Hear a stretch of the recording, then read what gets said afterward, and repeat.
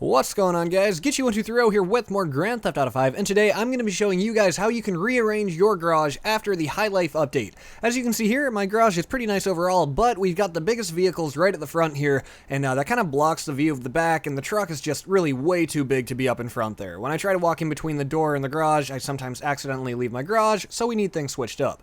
Also, I've got all my purplish pinkish cars right here all next to each other in a clump of 3 in the back right, and I don't really like that, so we are going to rearrange my garage. The only thing that you're going to need to do this is a second garage in GTA Online. So the first thing we're going to do is grab this car here and take it out, because this is where we want my truck to go. So before I get too far into it though, I want to explain one key point for this video, so we're going to rewind here. So what you need to know is this: when you have empty slots in your garage fills from the back left corner, and it fills up the entire left side, and then after the left side is full of cars, it's going to start in the back right corner and then work its way up the right side. So what this means is that if you have 2 empty slots in your garage, one on the left side and one on the right side, the car that you add to your garage is always going to be added to the left slot, not the right one. Because remember guys, it fills from the back left, then all the way up the left side, and then starting at the back right, then up the right side. So always left to right. Always keep that in mind. And one other thing that I need you to keep in mind for the purpose of the video is this. As you can see right in front of me right now, I have an empty slot in my garage.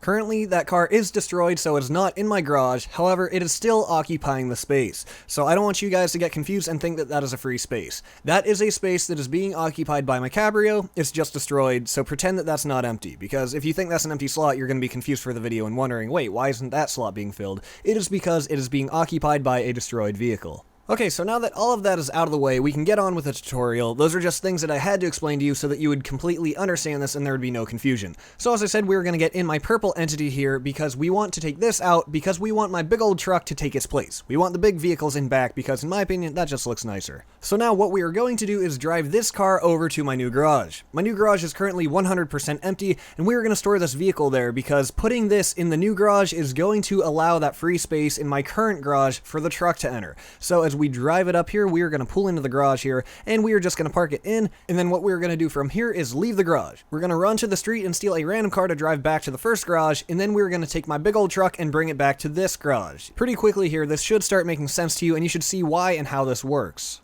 So after a quick time lapse, here we are back at my first garage, and now something a little weird happened here. I actually got a little bit confused with my own method. As you can see, I was about to take my truck, and that would have made sense. That was the right answer, but for some reason, I don't even remember why, I decided that it would be better to take the cheetah. Now this was actually unnecessary, but I'm going to keep this part in the video anyways, just to show you how the garage filling works. When you transfer one car to another garage and a new slot opens, I want to show you guys, how the slots are refilled. So I'll keep this part in the video anyways, even though this part wasn't really necessary, but it's still going to get the point across to show you how this function really, functions. So after my car's stuck here for a few seconds, we drive it in, and as you can see now, we have 2 cars in the garage, and then it was at about this point here that I realized that that was the wrong car. I didn't want to take that, and I didn't realize why I did, so I get right back in my cheetah, and we're going to drive it back to the first garage. But like I said, I'm leaving this blooper in the video just so I can show you kind of how this functions when you switch garages with the car. So as you can see, I arrive back at my garage with my cheetah, and as I pull in, look at this. My cheetah is in a new slot. My cheetah is in the spot that my truck used to be in. Here's why. Remember how I just put this cheetah in my other garage a few seconds ago?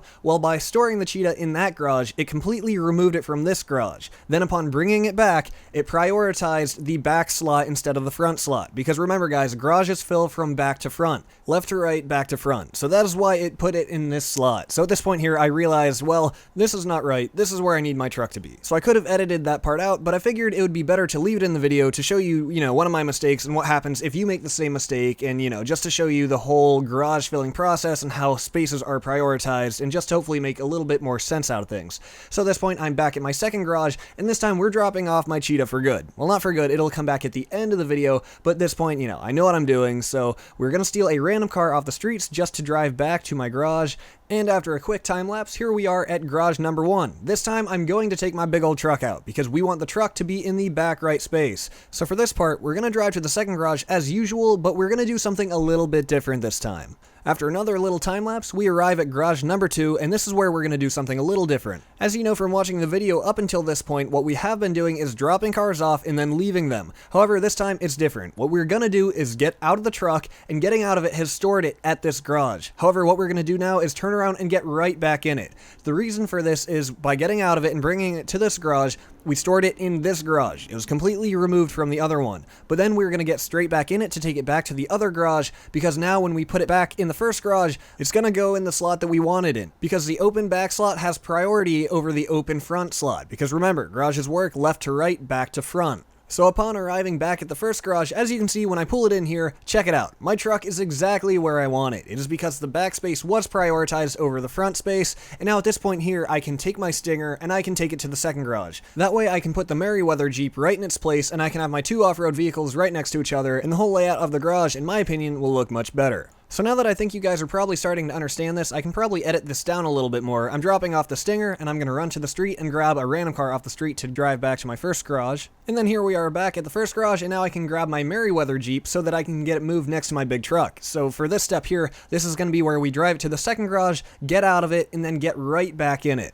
Once again, just to reiterate, this is so that it is removed from the first garage, stored in the second garage, and then upon putting it back, it'll then be put back into the prioritized slot, which is where I want it, because it'll work back to front, so the back slot will be prioritized.